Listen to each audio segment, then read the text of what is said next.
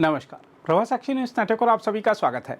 असम के श्रीभूमि जिले से लेकर पश्चिम बंगाल और त्रिपुरा तक भारत बांग्लादेश सीमा पर हालात लगातार तनावपूर्ण बने हुए हैं। सीमा पर घुसपैठ, अवैध प्रवेश और जबरन दबाव की घटनाओं ने सुरक्षा एजेंसियों की चिंता बढ़ा दी है।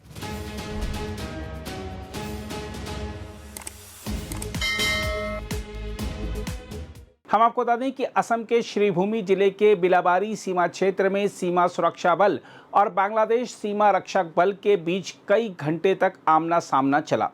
बताया गया है कि बांग्लादेशी पक्ष ने भारतीय सीमा पर हथियार तानकर दबाव बनाने की कोशिश की, जबकि दूसरी ओर सीमा के पास बांग्लादेशी गांवों से आए लोग लाठी, चाकू और बांस के डंडों के साथ जमा हो गए। स्थिति तब बिगड़ी जब भारतीय सुरक्षा बलों द्वारा कुछ बांग्लादेशी नागरिकों को सीमा पार वापस भेजने की कार्रवाई की जा रही थी। बांग्लादेश सीमा रक्षक बल ने इसका विरोध किया और कथित रूप से लाउडस्पीकर पर चेतावनी देते हुए कहा कि यदि कार्रवाई नहीं रोकी गई तो गोली भी चल सकती है। इसके बाद सीमा के दोनों ओर भारी तनाव फैल गया। हालांकि किसी प्रकार की गोलीबारी या हताहत होने की सूचना नहीं मिली, लेकिन कई घंटे तक चले इस टकराव ने साफ कर दिया कि सीमा पर हालात सामान्य नहीं हैं। सुरक्षा सूत्रों के अनुसार सीमा सुरक्षा बल ने संयम बरता और स्थिति को नियंत्रण से बाहर जाने से रोका। बाद में दोनों देशों ने अतिरिक्त बल तैनात किए। स्थानीय प्रशासन और असम पुलिस को भी सतर्क कर दिया गया, लेकिन इस पूरे घटनाक्रम पर अभी तक कोई आधिकारिक बयान सामने नहीं आया है।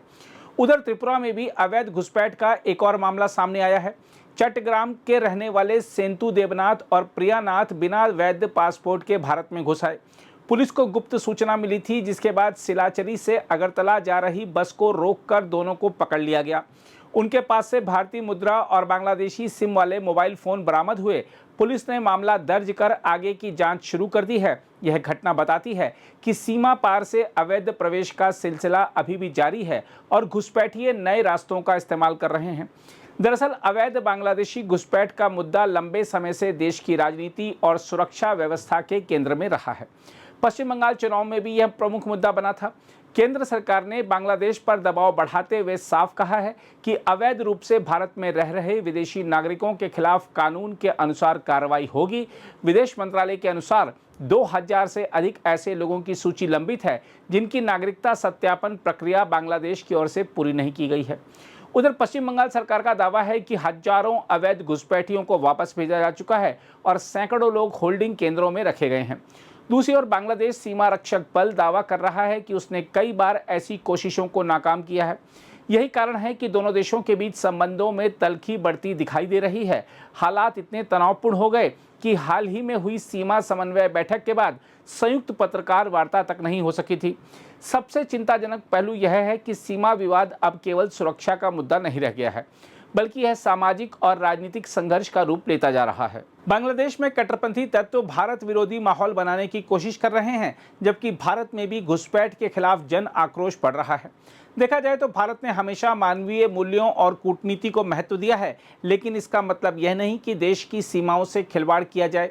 अवैध घुसपैठ केवल कानून का उल्लंघन नहीं, बल्कि राष्ट्रीय सुरक्षा, जनसंख्या संतुलन और सामाजिक स्थिरता के लिए गंभीर खतरा है। सीमा पार से आने वाले घुसपैठियों को यह समझ लेना चाहिए कि भारत की सुरक्षा एजेंसियां पूरी सतर्कता के साथ काम कर रही हैं और अवैध प्रवेश करने वालों के खिलाफ कठोर कार्रवाई तय है। बहरहाल जरूरत इस बात की है कि दोनों देश बातचीत और कूटनीतिक प्रयासों से हालात को संभालें। सीमा पर तनाव, धमकी और उकसावे की राजनीति किसी के हित में नहीं है, लेकिन साथ ही भारत को अपनी सीमाओं की रक्षा में किसी भी प्रकार की ढिलाई भी नहीं बरतनी चाहिए। घुसपैठियों और उन्हें संरक्षण देने वालों को साफ संदेश देते रहना होगा कि भारतीय सीमा की ओर बढ़ाया गया हर अवैध कदम सख्त जवाब लेकर आएगा। अगर आप भी लेना चाहते हैं देश दुनिया की तमाम जानकारी, तो आज ही सब्सक्राइब करें हमारे चैनल को। साथ ही नीचे दिए बेल आइकन को जरूर दबाएं ताकि हर अपडेट आप तक पहुंच सके।